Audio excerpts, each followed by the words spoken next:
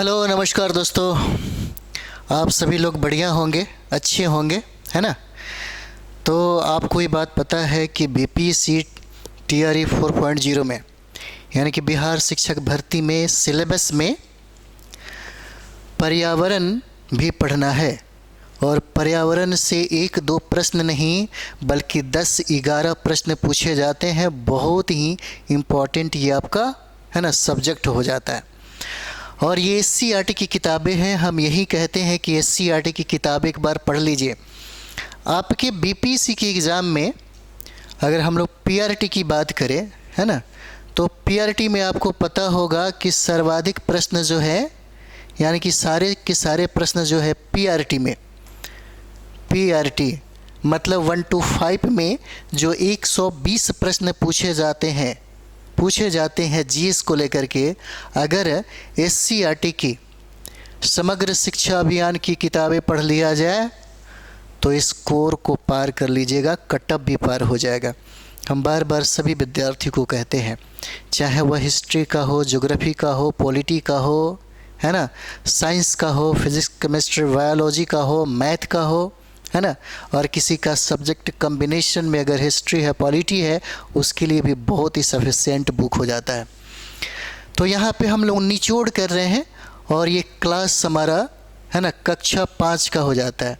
अब ये सोच रहे हैं कि आपको एग्ज़ाम देना है टीचर का और हम लोग को पढ़ना है 5, 6, 7वां, 8वां, 9वां, 10वां क्लास का, है ना। हम लोगों को ये सारे बुक्स पढ़ने हैं तो मन लगेगा नहीं।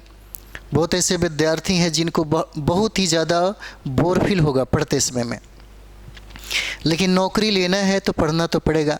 बोर फील इसलिए कर पाते हैं ताकि आप अपना एकेडमी जो है आपने कभी भी अच्छे तरीके से नहीं पढ़ा होगा, जिसके वजह से ये हाल हो गया है ना। तो चलिए हम लोग शुरुआत करते हैं और ये हम लोग का पहला अध्याय हो जाता है। कक्षा 5 हो जाएगा और कक्षा 5 का हम लोग पहला अध्याय देखेंगे। पहला अध्याय है और यहाँ पर अगर किताब पढ़िएगा तो किताब में पटना से नाथुला दर्रा की, है ना, जो चर्चा किया गया है, ये नाथुला की जो यात्रा उसमें दिखाया गया है, एक कहानी के माध्यम से कोशिश किया गया है समझाने का। और हम लोग जिस फैक्ट को करेंगे कोशिश हमने किया है कि वहाँ से निचोड़ के साथ साथ, है ना, आपको कुछ एक्स्ट्रा भी मिले। तो चलिए हम लोग यहाँ देखते हैं सिक्किम की राजधानी कहाँ पर है, तो ये गंगटोक हो जाता है। गंगटोक है। एक चीज़ और भी आप देख सकते हैं, पहले इसको देख लिया जाए, है ना। देखिए भारत के प्रमुख दर्रे हैं, भारत के प्रमुख दर्रे हैं जहाँ से सवाल पूछा जाता है। तो चलिए हम लोग ये पूर्वोत्तर के क्षेत्र को करते हैं जहाँ पर 7 आपके स्टेट मिलेंगे, जिसको हम लोग 7 सिस्टर कहते हैं, 7 बहनें। और 7 बहनें में हम लोग यहाँ पर देखते हैं सिक्किम। ये सिक्किम देख रहे हैं आप, है ना। चलिए पेन ले लिया जाए। ये हो जाता है सिक्किम, है ना। और सिक्किम में ही यहाँ पे नाथुला दर्रा है और जेलेपला दर्रा हो जाता है। दर्रा याद रखिएगा, प्रश्न पूछा जा सकता है पर्यावरण से के संदर्भ में। तो यहाँ पर सिक्किम में दर्रा है, नाथुला दर्रा और जेलेपला दर्रा हो जाएगा। सिक्किम में कौन सा दर्रा, तो 2 दर्रा को याद रखिएगा और यहीं पर दर्रा है सिक्किम में ही। एक नाथुला दर्रा हो जाएगा और एक हो जाएगा जेलेपला दर्रा जो सिक्किम में है। यहाँ पर आप देख सकते हैं ये मणिपुर है। ये जो क्षेत्र देख रहे हैं यही है मणिपुर। और मणिपुर जो है अगर हम लोग इस साइड को देखेंगे तो यह म्यांमार के साथ सटा हुआ है। म्यांमार के साथ जो है इसका सीमा जो है यहाँ पर साझा करता है। और यहाँ पर हम लोग देख रहे हैं, है ना, यहाँ पर ये सिक्किम देख रहे हैं। तो यहाँ पर पूछ दे कि तुजू दर्रा भारत के किस राज्य में है, तो यह मणिपुर हो जाएगा, मणिपुर। और आपको पता होगा मणिपुर का जो कांड है, एक महिला को नंगा करके सरेआम घुमाया गया था, ये आज के समय की बात है, ये आधुनिक भारत का है ना। और इस समय ऐसी हालात भी देखने को मिला। और ये भी कहा जाता है कि यहाँ सबसे ज़्यादा सर्वाधिक संख्या में जनजाति निवास करते हैं। और जनजातियों की ज़िंदगी बाकी लोगों से बेहतर होता है। जैसे में जनजातियों की अगर हम लोग बात करें तो यहाँ की जो महिलाएं हैं बहुत ही स्वतंत्र अवस्था में रहती है। यहाँ की महिलाएं जो है पुरुषों का जो बराबरी होता है, पुरुषों का बराबरी करती है। किसी भी मामले में वह पुरुषों से कहीं ज़्यादा काम करती है। इसलिए आप देखिएगा असम, मेघालय, त्रिपुरा, मिजोरम, नागालैंड, अरुणाचल प्रदेश में जब जाइएगा तो पहाड़ी जो क्षेत्र है वहाँ पर महिलाएं सबसे ज़्यादा काम करती है। इतना ताकत पुरुषों के अंदर भी नहीं है ना। तो सबसे ज़्यादा वर्क करती हैं। और यहीं पे जो जनजातीय समुदाय में राजनीति पार्टियां तो कुछ भी किसी को करवा सकती है, ऐसा है ना, वहाँ पर देखा गया। एक दूसरे को क्या किया जाता है, हवा दिया जाता है। एक समय था कि भारत में हिंदू और मुसलमान बड़ी प्यार से एक ही छत के नीचे रहा करते थे। एक दूसरे के रोटी बेटी का संबंध हुआ करता था, मतलब प्रेम व्यवहार में इतना बेहतर संबंध था कि इस बेहतर संबंध को बिगाड़ने के लिए अंग्रेजी सरकार को भी डरना पड़ा था। अंग्रेजी सरकार को भी डर था कि कहीं हिंदू और मुस्लिम की एकता अगर प्रगाढ़ हो जाए तो तुरंत हमारा बोरिया बिस्तर बांधना पड़ जाएगा। और यही वजह था कि बंगाल के विभाजन करके दोनों के बीच में टकराव पैदा कर दिया, तनाव पैदा कर दिया, जो आज के समय में कभी कभी राजनीति में भी ऐसे देखने को मिलता है। और हमारे भारत की जो संस्कृति है, हमारे भारत का जो मतलब जो रस है, जो प्रेम है, उस प्रेम में दखलंदाजी किया जाता है, जिसकी वजह से ऐसा हुआ। हमने बात किया यहाँ पर मणिपुर की, तो मणिपुर में ये जो 7 सिस्टर है, जब हम लोग सोशियोलॉजी पढ़ेंगे, है ना, क्योंकि सामाजिक विज्ञान तो पढ़ना है तो चीज़ें पढ़ते रहेंगे, तो यहाँ पर देखिएगा ये जो मणिपुर का क्षेत्र है जहाँ पर एक तुजू दर्रा है, पूछा जाता है कि तुजू दर्रा भारत के किस राज्यों में है, तो यह मणिपुर में हो जाएगा। और यहाँ पर देखिए ये क्षेत्र हो जाता है आपके अरुणाचल प्रदेश का। ये क्षेत्र आपके अरुणाचल प्रदेश का है। और अरुणाचल प्रदेश यहाँ 3 देशों के साथ सीमा साझा करता है। जैसे आप यहाँ पर देख लीजिए, ये हो जाता है म्यांमार, ये हो जाता है चीन, और यहाँ हो जाता है भूटान। 3 देशों के साथ इसका सीमा जो है वो साझा करता है। और अगर पूछे आपसे, है ना, अगर पूछे कि ये जो बोमडीला दर्रा है, यांग्याप दर्रा है, दीफू दर्रा है, यह किस राज्य में है, तो ये अरुणाचल प्रदेश हो जाएगा। याद रखिएगा, अरुणाचल प्रदेश में कौन सा, बोमडीला दर्रा, यांग्याप दर्रा और दीफू दर्रा हो जाएगा, है ना।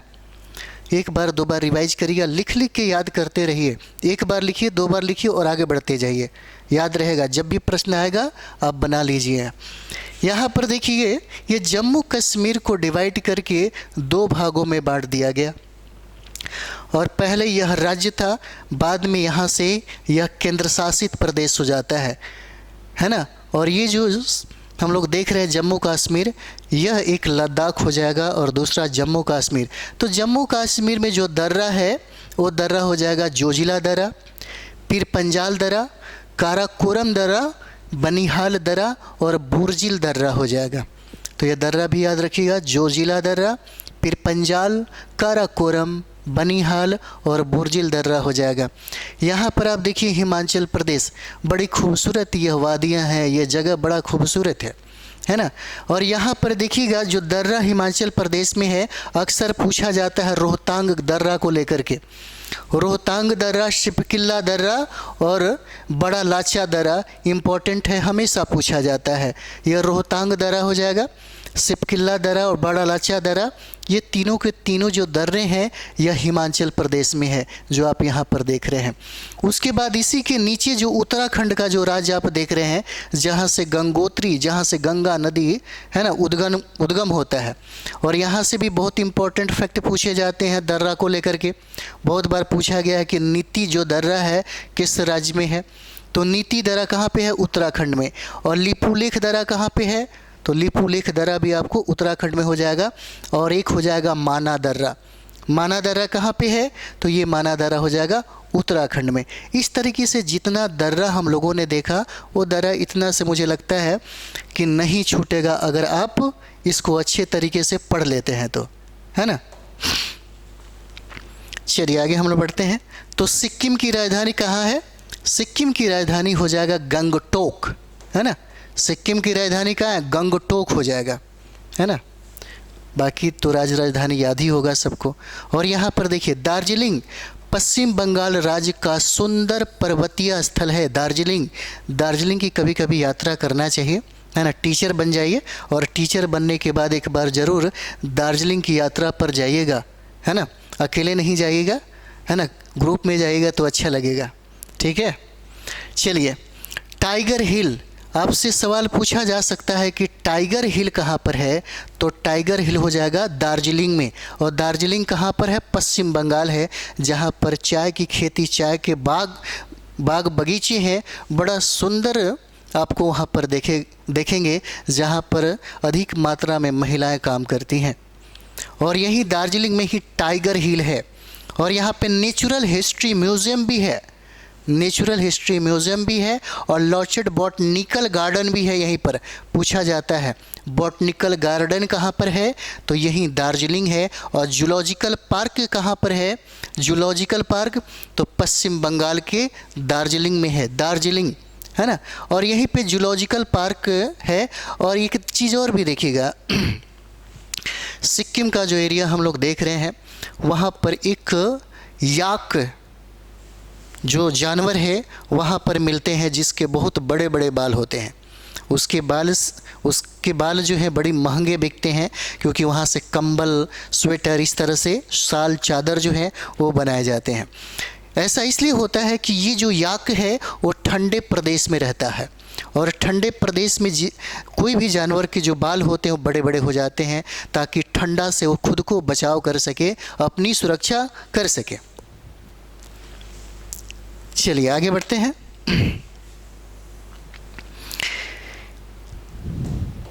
यहाँ पर देखिए हिमालय पर्वतारोहण संस्थान, हिमालय पर्वतारोहण संस्थान दार्जिलिंग में है, जिसकी स्थापना 1954 में हुआ। इम्पोर्टेंट है, 1954 में हुआ। हिमालय पर्वतारोहण संस्थान जो है ना, ये हो जाएगा दार्जिलिंग में। और दार्जिलिंग कहाँ है, तो ये हो जाएगा वेस्ट बंगाल, है ना। और इसकी स्थापना 1954 में हुई। तेंजिंग के बारे में सब लोग जानते होंगे, है ना। शुरुआत में तेंजिंग 20 साल की उम्र में कूली का काम करते थे। हालांकि तेंजिंग की अगर बात किया जाए तो मूलवासी बन गए, लेकिन इनका जो जन्म हुआ तिब्बत में हुआ। बाद में यह सेवन सिस्टर का जो एरिया है वहाँ पर आकर के बस गए। ये पढ़े लिखे नहीं थे, ये पढ़े लिखे नहीं थे, लेकिन वहाँ पर आने वाले जितने भी जैसे यात्री जो रहते थे, है ना,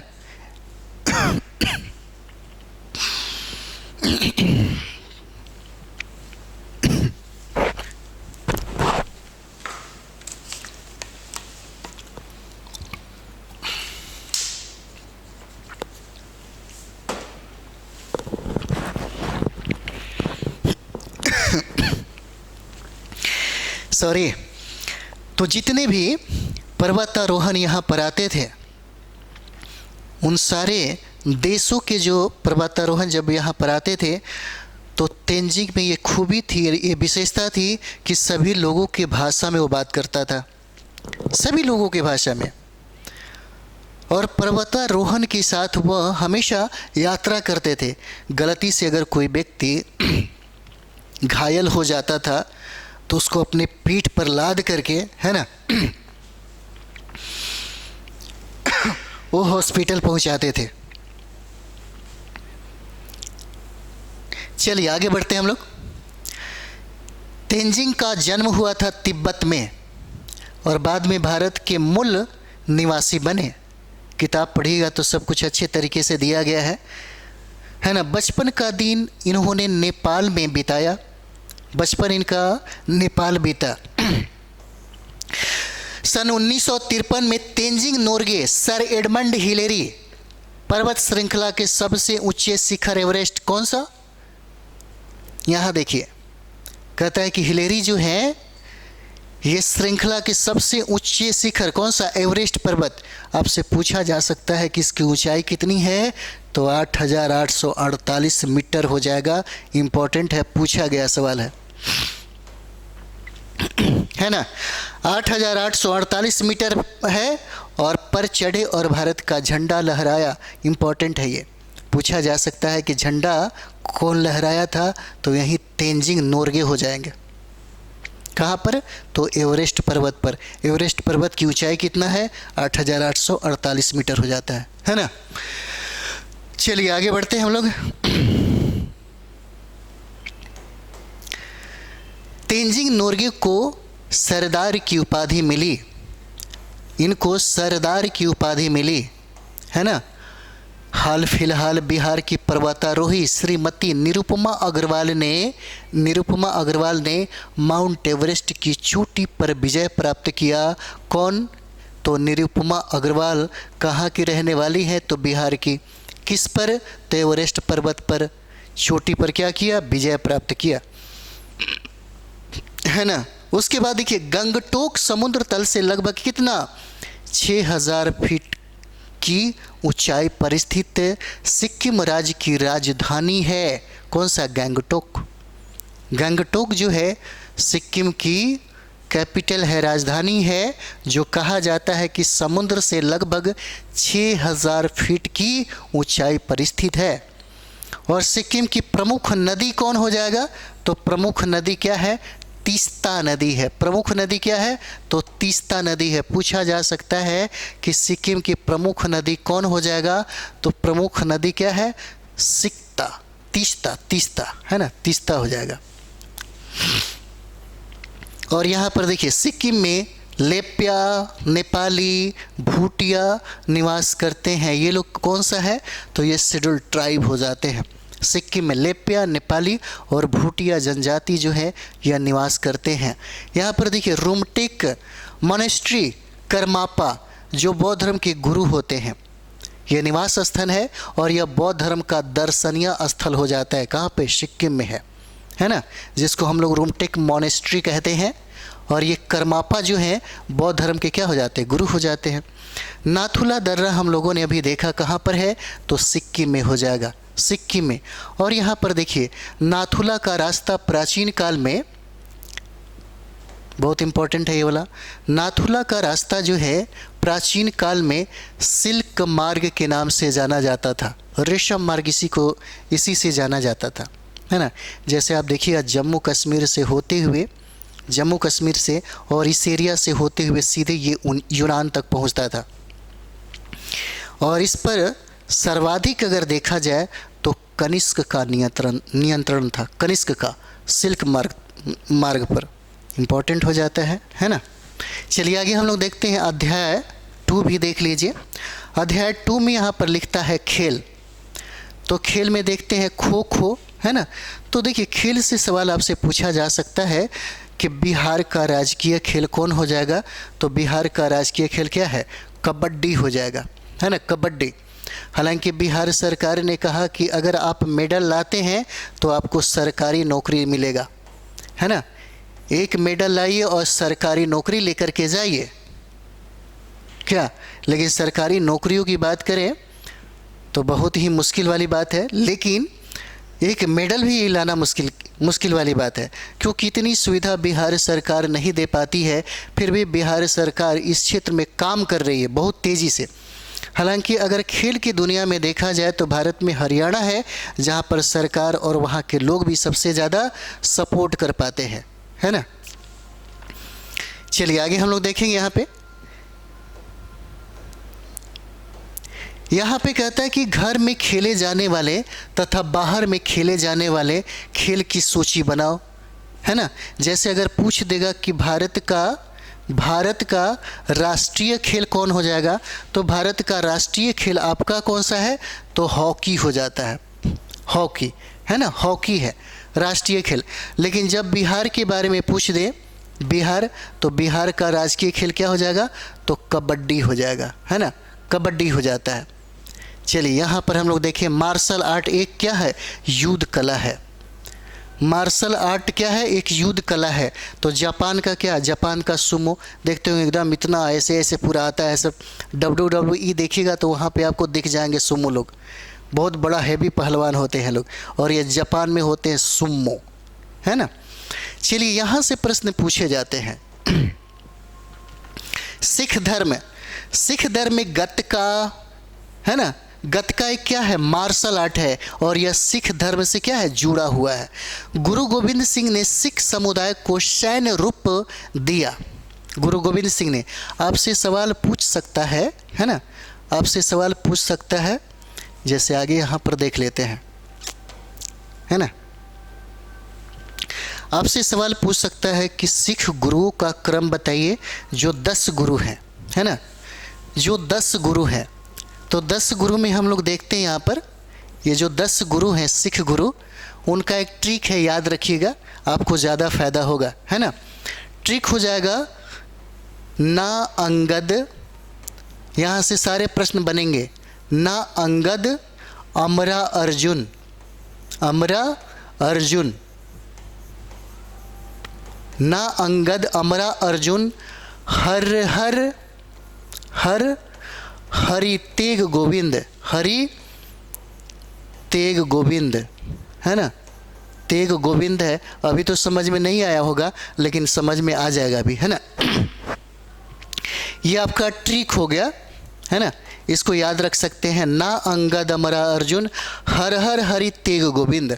अगर ऐसे भी याद रखिएगा तो क्रम में पूछा जाता है, सिख गुरु के जो 10 सिख गुरु है, क्रम में पूछा जाता है। जैसे में सबसे जो पहला गुरु है उनका नाम क्या है, तो नानक हो जाएगा, है ना, नानक। उसके बाद जो दूसरा गुरु है उनका नाम अंगद है ना, गुरु अंगद हो गए, गुरु नानक होंगे, और गुरु क्या हो जाएंगे, तो गुरु अमरदास हैं, गुरु अमरदास हो जाएंगे, है ना, अमरदास हो जाएंगे। और उसके बाद जो रा है, इस रा से रामदास हो जाएंगे, गुरु रामदास हो जाते हैं, ठीक है। उसके बाद हो जाएंगे यहाँ पे गुरु अर्जुन देव, गुरु अर्जुन देव हो जाएंगे, है ना, गुरु अर्जुन देव हो जाते हैं। और यहाँ पे हरगोविंद हो जाते हैं, हाँ से क्या है, तो हरगोविंद हो जाएंगे, गुरु हर गोविंद है, गुरु हरगोविंद। इसके बाद हर और भी है, तो यहाँ पर हर राय हो जाएंगे, हर राय हो जाएंगे। और उसके बाद जो हरि है, तो यहाँ पे हरि किशन हो जाएंगे, है ना, हरि किशन हो जाते हैं, हरि किशन। और उसके बाद क्या है, तो यहाँ पे तेग बहादुर हो जाएंगे, है ना, यहाँ पर तेग बहादुर हो जाएंगे। और तेग बहादुर के बाद जो अंतिम गुरु हैं उनका नाम है गुरु गोविंद सिंह, गुरु गोविंद सिंह हैं, जिनका जन्म पटना बिहार में हुआ था, पटना बिहार में हुआ था, है ना। यहाँ से प्रश्न पूछे जाते हैं, ना अंगद अमरा अर्जुन, हर हर हरि तेग गोविंद। याद रखिएगा क्रम में, तो सिख के जो 10वें गुरु तक हैं, 1 से लेकर 10 तक क्रम में सब याद रहेगा। तो ये हो जाएंगे, पहला गुरु नानक है, उसके बाद अंगद हो जाएंगे, गुरु अमरदास हो जाएंगे, गुरु रामदास हो जाएंगे, है ना, गुरु अर्जुन देव हो जाएंगे, गुरु हरगोविंद हो जाएंगे, गुरु हर राय हो जाएंगे, गुरु हरकिशन हो जाते हैं, गुरु हरि तेग बहादुर हो जाएंगे। और अंतिम जो 10वें गुरु हैं उनका नाम है गुरु गोविंद सिंह, जिनका जन्म हुआ था पटना सिटी में, है ना, पटना सिटी में जन्म हुआ था। चलिए आगे हम लोग बढ़ा जाए, है ना।